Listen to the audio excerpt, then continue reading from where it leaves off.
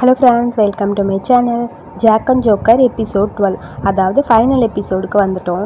Episode start ஆகும்போதே எல்லாரும் discuss பண்ணிகிட்டு இருக்காங்க. என்ன பண்ணுறது, இவன் வேற ஜோக்கரை தூக்கிட்டு போயிட்டானேங்கிற மாதிரி யோசிச்சுக்கிட்டே இருக்க, திடீர்னு ஹோய் வரான். ஹோய் வந்தோன்னு எல்லாருக்கும் பதட்டமாக இருக்குது. இவன் ஏன்டா இங்கே வரான்னு பார்த்தா அவனும் வேகமாக வந்து, ஏய் உங்களுக்கு ஒன்று தெரியுமா, ஜோக்கரை கிட்னாப் பண்ணிட்டாங்கன்னு சொல்ல, அது எங்களுக்கே தெரியும், என்ன பண்ணுறதுன்னு புரியாமல் தான் நாங்களே உட்காந்துருக்கோம், வா ஏதாவது பண்ணலாம் அப்படின்னு சொல்லி யோசிச்சுட்டே இருக்க, எனக்கும் என்ன பண்ணுறதுன்னு புரியல, நம்ம எங்கே போய் அவனை தேடுவோம் அப்படின்னு சொல்லி எல்லாரும் யோசிச்சுட்டு இருக்க. எனக்கு ஒன்றும் புரியலையேங்கிற மாதிரி ஒரு மாதிரி கடுப்பாக இருக்குது.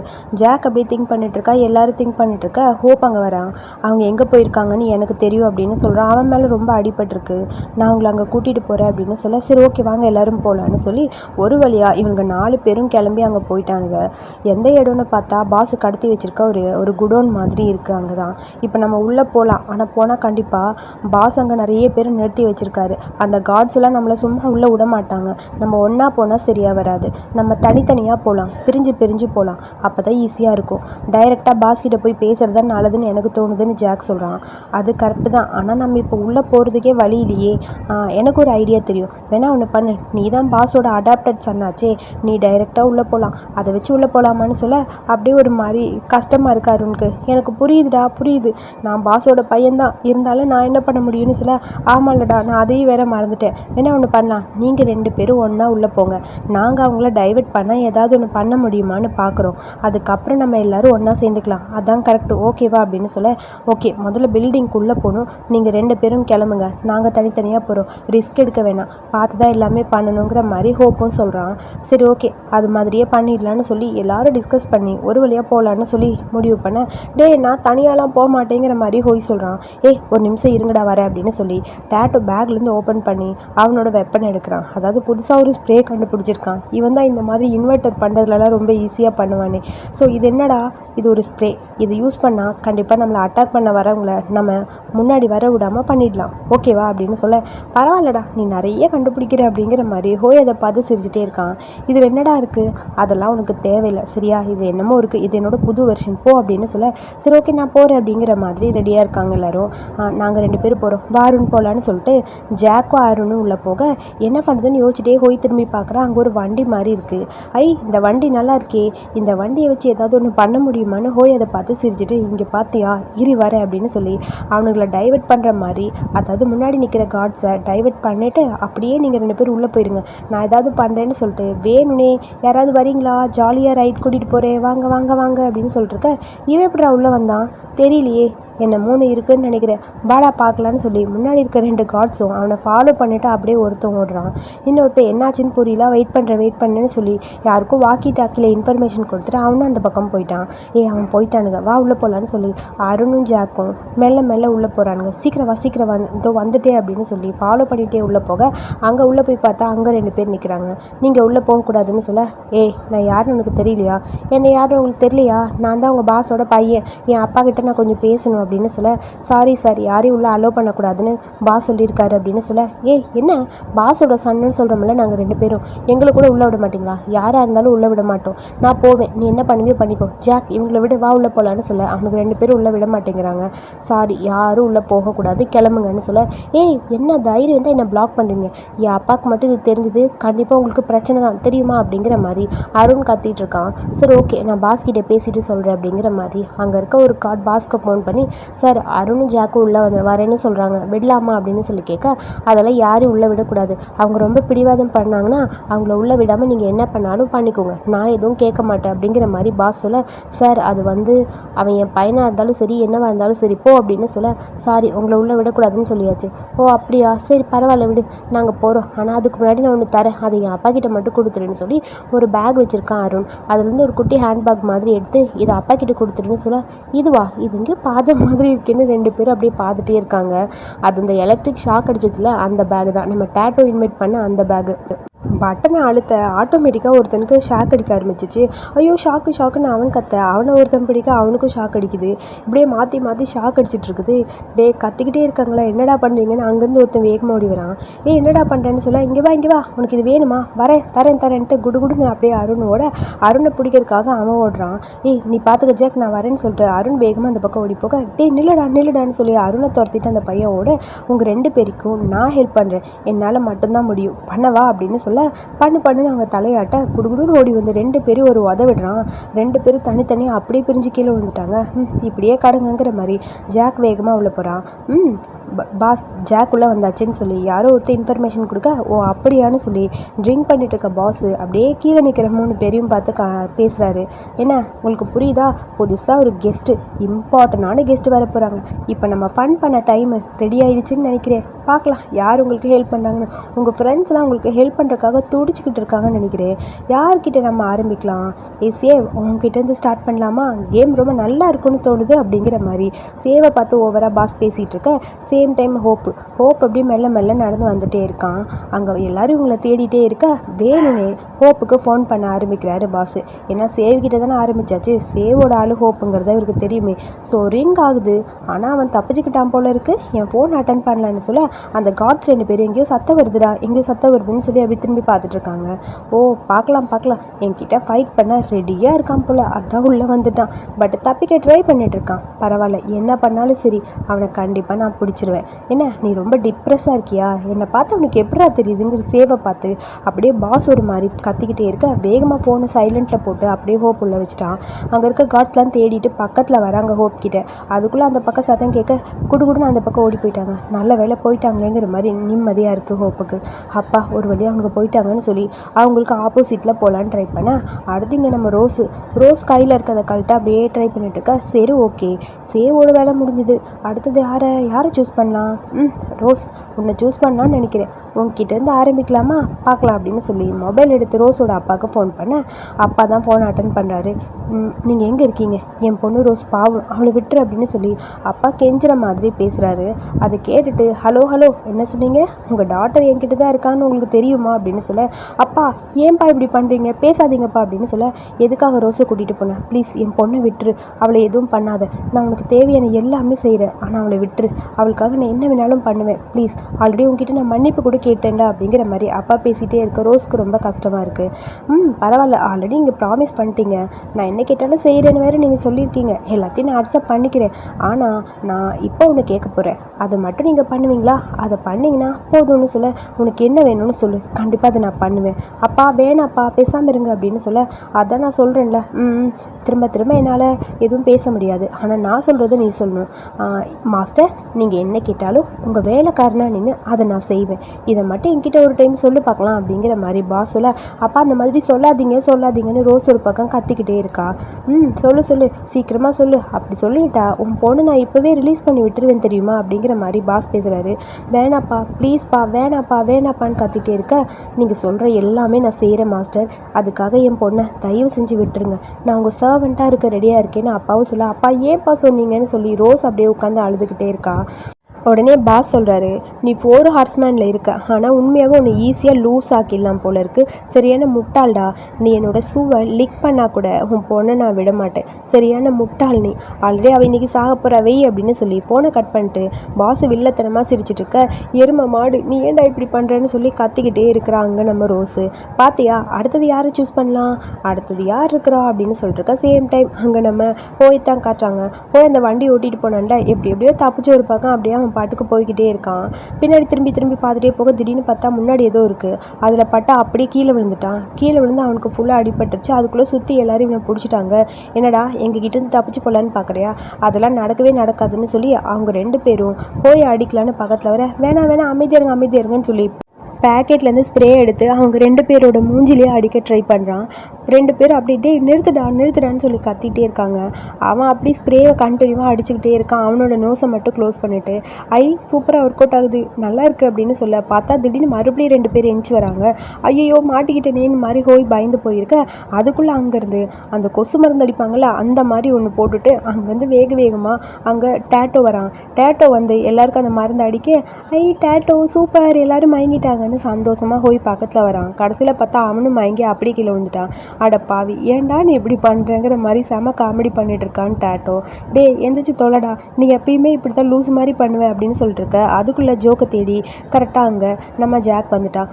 ஜோக் அப்படின்னு சொல்ல, ஜாக் நீ எதுக்கு இங்கே வந்தான்னு சொல்ல, இங்கே பாருங்கள் எல்லாரையும் விட்டுருங்க, தயவு செஞ்சு விட்டுருங்க, நான் இருக்கேன், என்ன வச்சுட்டு எல்லாரையும் விட்டுருங்கன்னு சொல்ல, ஏண்டா உன்னை வச்சு நான் என்னடா பண்ண போகிறேன்?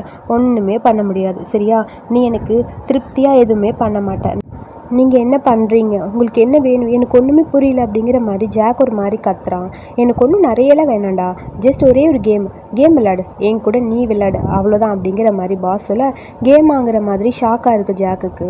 ஆக்சுவலி நீ என் கூட கேம் விளையாடு, கண்டிப்பாக நீ வின் பண்ணனா நான் ஒருத்தராக ரிலீஸ் பண்ணிடுறேன், சரியா? அதானே உனக்கு வேணும், சொல்லு, நீயே சொல்லு, என்ன பண்ணலான்னு சொல்லு அப்படின்னு சொல்ல அப்படியே ஒரு மாதிரி கஷ்டமாக இருக்குது ஜாக்குக்கு. யோசிச்சுட்டே இருக்கான். சொல்கிறா, உனக்கு என்ன தோணுதோ அது சொல்லு. நான் உன்கிட்ட லாயலாக தான் இருக்கேன், நீ என்கிட்ட எப்படி இருக்கன்னு எனக்கு தெரியல. என் கூட சேர்ந்து நீ கேம் விளையாண்டனா கண்டிப்பாக கேமில் வின் பண்ணால் ஒருத்தராக நான் ரிலீஸ் பண்ணி விட்டுருவேன், நீ ஈஸியாக கூட்டிகிட்டு போயிடலாம், ஓகேவா? அந்த டீல் ஓகேன்னா சொல்லு, கேம் விளையாட ஆரம்பிக்கலாம் அப்படிங்கிற மாதிரி அங்கே பாஸ் பேசுகிறாரு. அதை கேட்டுட்டு அப்படியே ஜாக்குக்கு ஒரு மாதிரி இருக்கு. யோசிச்சுக்கிட்டே இருக்கான். சொல்லு, நீ இப்போ கேம் விளையாடல அப்படின்னு சொன்னான், நான் வேணா ஜோக் உன்னை சூஸ் பண்ணிக்குவா, என்ன நீ என் கூட விளையாடுறியா அப்படிங்கிற மாதிரி ஜோக்கை பார்க்க அவன் அப்படி பதட்டமாக இருக்கான். ஜாக்குக்கு என்ன பண்ணுறதுன்னு புரியல. வேணாம் ஜாக் ப்ளீஸ், நீ போயிரு, இங்கேருந்து நீ போயிரு அப்படிங்கிற மாதிரி ஜோக்கர் அவனை பார்த்துட்டே இருக்க அப்படியே டென்ஷனாக யோசிச்சிட்டே இருக்க. அது என்ன கேம்னு சொல்லுங்க அப்படின்னு சொல்லி கேட்க, வா நீ கூட கேம் விளையாட ரெடி ஆகிட்ட போல இருக்கு அப்படின்னு சொல்லி அப்படியே பாஸ் சிரிச்சிட்டே இருக்க. அப்புறம் ஹோப்பை தான் காட்டுறாங்க. ஹோப் ஒரு வழியாக அந்த ஒரு மீட்டர் ரூம் மாதிரி இருக்குல்ல, அந்த ரூம்குள்ளே போயிட்டான். ஆக்சுவலி அதான் அந்த ரூம் தான் மெயின் இவங்களுக்கு. அவங்க கழுத்தில் போட்டிருக்க அந்த பாம், அந்த காலரை வந்து ரிலீஸ் பண்ணக்கூடிய அந்த சிஸ்டம் அதில் தான் இருக்குது. என்ன பண்ணுறதுன்னு புரியாமல் அதை அப்படியே செக் பண்ணி பார்த்துக்கிட்டே இருக்கான் ஹோப்பு. என்ன நடக்குதுன்னு ஒன்றுமே புரியல அவனுக்கு. சேம் டைம் அடுத்து இங்கே பாஸை தான் காட்டுறாங்க. அப்படியே அவங்க ரெண்டு பேரையும் பார்த்தா நம்ம ஜோக்கரும் ஜாக்கும் ஹக் பண்ணிக்கிறாங்க. நீ ஓகே தானே அப்படின்னு சொல்லி கேட்க, ஐம் சாரி அப்படிங்கிற மாதிரி ஜோக் சொல்கிறான். பரவாயில்ல விடு, இன்றைக்கி கேம் விளையாட ரெடியாக இருக்கியா இல்லையா, அதை முதல்ல சொல்லுப்பான்னு சொல்ல, நான் ரெடியாக இருக்கேன். சரி ஓகே, இது எப்படின்னா, அதாவது இந்த கேமை நான் ஷார்ட்டாக சொல்கிறேன், இந்த கேம் ரொம்ப லென்த்தியாக போச்சுப்பா, அவ்வளோ ஒன்றும் டீப்பாக தேவையில்லை. ஒரு லெட்டர் சொல்லுவார் நம்ம சாரு, அதுக்கு ஸ்பெல் வந்து கரெக்டாக பண்ணணும், அதுதான் இந்த கேம். ஸோ முதல்ல கேம் ஸ்டார்ட் ஆகும்போது பார்த்திங்கன்னா ஓரளவுக்கு நல்லா தான் விளையாட ஆரம்பிக்கிறான். ஸோ ஆனால் அவன் போக போக கொஞ்சம் கொஞ்சமாக இந்த பாஸ் வந்து அதை சக்ஸஸை வந்து ஏற்றுக்க மாட்டேங்கிறான். இவன் கரெக்டாக பண்ணாலும் வேணும்னே அதை வந்து ஃபெயிலியர் ஆக்குற மாதிரி, தப்பு அப்படிங்கிற மாதிரியே சொல்கிறான். ஸோ இப்போ நான் ஒருத்தராக பிக் பண்ண ஆரம்பிக்கிறேன். ஃபஸ்ட்டு நான் பிக் பண்ண போகிறது வந்து ரோஸ். ஆல்ரெடி உன்னை ஃபஸ்ட்டு கொலை பண்ணணும்னு நான் நினைக்கிறேன், ஸோ அதனால் ஃபஸ்ட் நான் உன்னையே பிக்கப் பண்ணிக்குவா அப்படின்னு சொல்லி அப்படியே பாஸ் சொல்ல எதுவுமே பேசாமல் ரோஸ் அப்படின்னு நின்றுருக்கா. சொல்லு நீயே ரெடியா, பார்க்கலாம். அடுத்து சேவ், ஒன்று தான் சொல்ல போகிறேன். உனக்கு கடைசி ஏதாவது பேசணுன்னா பேசிக்கிறா, அடுத்து நீயும் தான் கேமில் இருக்க போகிற, சரியா? எல்லாருக்கும் குட் பை சொல்லிட்டு கிளம்பணும்ல அப்படின்னு சொல்ல, நீ என்ன பேசிகிட்டு இருக்கன்னு சொல்லி ஜாக் சொல்ல, என்ன பேசணுண்ணா, ஆல்ரெடி நான் உங்ககிட்ட சொல்லிட்டேன், கேம் விளையாட மட்டும்தான் உனக்கு பர்மிஷன், யாரை நான் சூஸ் பண்ணுங்கிறதுல உனக்கு பர்மிஷன் கிடையாது, சரியா? பார்க்கலாம் யார் ஜெயிக்கிறா யார் தோக்குறான்னு பார்த்துடலாமா அப்படிங்கிற மாதிரி ரொம்ப டென்ஷனாக பாஸ் கொஞ்சம் ஓவராக டைலாக் பேசிகிட்டு இருக்க. அதை பார்க்கும்போது ஜாக்குக்கு டென்ஷனாக இருக்குது, ஒரு மாதிரி கஷ்டமாகவும் இருக்குது. சரி நீ எல்லாருக்கும் குட் பை சொல்ல ரெடியாயிரு, நான் ஆரம்பிக்க போகிறேன், சேவ் இன்னைக்கு நீ காலி அப்படிங்கிற மாதிரி அவனை கழுத்தில் இருக்க அந்த பாம்பை பிளாஸ்ட் பண்ணுறக்கு என்ன பண்ண முடியுமோ அதை பண்ண ட்ரை பண்ணிட்டு இருக்க. சேம் டைம் இங்கே பார்த்தா அப்படியே பின்னாடி வந்து நிற்கிறான் கார்பன் ஹோப்புக்கிட்ட. என்ன சார் என்னமோ மெயின் வேலை பார்க்குற மாதிரி இருக்குது அப்படின்னு சொல்லி அப்படியே அடிக்க ஆரம்பிக்கிறான். நம்ம கார்பன் ஆல்ரெடி டேக் வெண்டோ பிளேயர் இல்லை, ஸோ நேஷ்னல் வரைக்கும் போயிட்டு வந்திருக்கான், அவனுக்கு ஃபைட் பண்ண சொல்லி தரணுமா, கொஞ்சம் ஓவராகவே அவன் அடிக்க ஆரம்பிக்கிறான். ஹோப்பு ட்ரை பண்ணுறான், பட் ஹோப்னால சுத்தமாக முடியல, இவனை பேலன்ஸ் பண்ண முடியல. ரெண்டு பேருக்கு இடையில சண்டை கொஞ்சம் டீப்பாக போனாலும் கார்பன் வந்து ஹோப்பை நல்லாவே அடிச்சிட்டான். அதுக்கு மேலே அவனால் சுத்தமாக முடியல. ஆனால் கையில் இருக்க அந்த ஸ்ப்ரே அடித்து எப்படியாவது தப்பிக்கலான்னு சொல்லி ட்ரை பண்ண, அதுக்கும் இவன் விட மாட்டேங்கிறான், ஸ்ப்ரேவை கூட அடிக்க விடல. ஒரு வழியாக அந்த ஸ்ப்ரேவை அவனை மேலே அடிக்க அப்படியே மயங்கி கீழே விழுந்துட்டான். ஐயோன்னு சொல்லிட்டு இருக்க. அப்பா என்னடா பண்ணி வச்சிருக்க அப்படின்னு சொல்லி அவன் கத்த, நல்ல வேலைடா நீ மாட்டின அப்படிங்கிற மாதிரி முகரையிலே ஒரு குத்தி அவனை பிடிச்சி அப்படியே கீழே தள்ளி விட்டுட்டு அடுத்து ஹோப்பு இங்கே இருக்கிறத எப்படியாவது அன்லாக் பண்ணணும் அப்படிங்கிறக்காக ட்ரை பண்ண, திடீர்னு பார்த்தா சேவோட அந்த கழுத்தில் இருக்க அந்த பேண்டை மட்டும் அன்லாக் பண்ணி ரிமூவ் பண்ணி விட்டுட்டான். பாஸுக்கே ஒன்றும் புரியல, இது எப்படி நடந்ததுன்னு ஒன்றும் புரியாமல் அப்படியே யோசிச்சுக்கிட்டே இருக்க. யாரோ ஒருத்தங்க மானிட்டர் ரூமில் இருக்காங்க, சீக்கிரமாக போய் பாருங்க அப்படின்னு சொல்லி மற்ற ரெண்டு பேரையும் போய் பார்க்க சொல்ல, அப்பா எப்படியும் அவன் அன்லாக் ஆகிட்டான் அப்படிங்கிற மாதிரி சேவுக்கு கொஞ்சம் நிம்மதியாக இருக்குது. இது எப்படி நடந்ததுன்னு தெரியலன்னு யோசிச்சிட்டே இருக்க. சேவ் வேகமாக அப்படியே ஓட ஆரம்பிக்கிறான். அதுக்குள்ளே கையில் இருக்கிற அந்த பேண்டை தூக்கி ஒருத்தர் மேலே போட, ஐயோ பாம்புன்னு சொல்லி அவனுக்குள்ளேயே அவனுங்க மாற்றி தூக்கி போட்டுட்ருக்காங்க. எருமை மாடுகளா, அது பாம் இல்லைடா, நான் நினச்சா அது பிளாஸ்ட் ஆகும், போங்கடா அவனை போய் சீக்கிரம் பிடிங்கடா அப்படின்னு சொல்ல சேவை பிடிக்க போக சேவ் வேகமாக ஓடி போயிட்டான். என்ன நடக்குது ஒன்றும் புரியல, சீக்கிரம் கண்ட்ரோல் ரூமுக்கு போய் நீ செக் பண்ணிடா அப்படின்னு சொல்லி அங்கே இருக்க ஒருத்தனை போய் அனுப்புகிறான். சரி பாஸ் பார்க்குறேன்னு சொல்லிட்டு அவனும் வேகமாக அந்த பக்கம் போக இங்கே என்ன நடக்குதுன்னு ஒன்றும் புரியாமல் ஜாக்கும் ஜோக்கரும் அப்படியே முடிச்சுக்கிட்டே இருக்க பாஸுக்கு செம்ம டென்ஷன் ஆயிடுச்சு. சரி அடுத்து கேம் விளையாட ஆரம்பிக்கலாமா அப்படின்னு சொல்லிட்டு இருக்க. சரி அடுத்து மற்றவங்களையும் ரிலீஸ் பண்ணி விடலான்னு சொல்லி ஹோப் ட்ரை பண்ணிட்டு இருக்கான். பட் அவன் ட்ரை பண்ணுறதுக்குள்ள அது சுத்தமாக அடுத்தவங்களுக்கு எரர் வந்துட்டே இருக்கு. அவனால் முடியல. என்ன நடக்குதுன்னு புரியல. ஜோக்கர் ரோஸ் ஐம் சாரி என்னால் முடியல அப்படிங்கிற மாதிரி அவனுக்கு ஒரு மாதிரி டென்ஷனாக இருக்குது. திடீர்னு பார்த்தா அடுத்து பாஸ் தான் காட்டுறாங்க. ஆல்ரெடி நான் சொன்னபடி கேம் விளையாட ஆரம்பிக்கலாமா அப்படின்னு சொல்லி கேம் ஆரம்பிச்சாச்சு. இந்த கேமும் ஸ்டார்ட் ஆயிடுச்சு. நான் சொன்ன மாதிரி கேமில் பார்த்தா இவங்க நிறைய ஆன்சர் கரெக்டாக தான் பண்ணுறாங்க. பட் இவங்க தான் என்ன கரெக்டாக பண்ணாலும் பாஸ் அதை அக்செப்ட் பண்ணிக்கிற மாதிரி தெரில. இப்படியே கேம் ரொம்ப இன்ட்ரெஸ்டிங்காக போயிட்டுருக்கு. ரோஸ் ஓரளவுக்கு கரெக்டாக தான் ஆன்சர் பண்ணிகிட்ருக்கா. ஆனால் நம்ம ஜோக்கர் என்ன பண்ணுறாங்க, வேணும்னே ஸ்பெல்லிங்கை தப்பாக போட்டு நான் என்ன தான் கரெக்டாக பண்ணாலும் நீ தப்பு தானே பண்ணுவேன் இரு அப்படிங்கிற மாதிரி காமெடி பண்ணிகிட்டு இருக்கான். சேம் டைம் அருணை தான் காட்டுறாங்க. அருண் அவங்கள டைவெர்ட் பண்ணுறக்காக ட்ரெஸ் எல்லாம் கழட்டி அதெல்லாம் ஒரு பக்கம் தூக்கி, அதாவது ஷர்ட்லாம் கழட்டி ஒரு பக்கம் போட்டுட்டு அப்படியே மறைஞ்சு போகிறான். இங்கே தான் அருணோட ட்ரெஸ் கிடக்குது, அவன் இந்த பக்கம் தான் போயிருப்பா வான்னு சொல்லி அவனை ஃபாலோ பண்ணிட்டு வந்த 2 பேரும் அப்படியே அந்த பக்கம் ஓட வேகமாக ஒரு பக்கம் போய் ஒளிஞ்சுக்கிறான் அருண். எப்படியாவது போய் எல்லாரையும் காப்பாற்றணும் அப்படிங்கிறதுக்காக மறைஞ்சிருக்கான். அவன் ஓடிட்டான் நாட்டிற்கு. சரி எப்படி அவனை பிடிக்கல பாஸ் அவ்வளோதான் வா போகலான்னு சொல்லி ஆப்போசிட் சைடில் அவனை தேடிட்டு அந்த பக்கம் போக மெல்ல இந்த பக்கம் போகிறான். ஸோ அப்படியே போய் அங்கே நிறைய பேர், அதாவது அந்த பணம் கொடுக்காத அந்த ஏழைகளெல்லாம் பிடிச்சி வச்சிருப்பாருல்ல பாஸ், அந்த இடத்துக்கு தான் போகிறான். அவங்கள ரிலீஸ் பண்ணுறக்காக தான் போகிறான். அங்கே போய் எப்படியோ ஒரு வழியாக கஷ்டப்பட்டு மேலே போய் அவங்கள ரிலீஸ் பண்ண போனால் இவன் பாஸோட பையன், இவன் பேச்சு கேட்டு போனால் கண்டிப்பாக நம்மளுக்கு பிரச்சனை தான் வரும், போகக்கூடாது அப்படிங்கிற மாதிரி யாருமே வரமாட்டேன் அப்படின்னு சொல்கிறாங்க. உங்களை காப்பாற்ற தான் நான் வந்திருக்கேன், கொஞ்சமாவது யோசிச்சு பாருங்கள். உங்களோட குழந்தைங்க அங்கே எவ்வளோ போராடிட்டு இருக்காங்க தெரியுமா, அங்கே டோங் எவ்வளோ கஷ்டப்படுறா தெரியுமா, அவள் எப்படியாவது அடுத்தவங்களை காப்பாற்றணும்னு முயற்சி பண்ணுறா.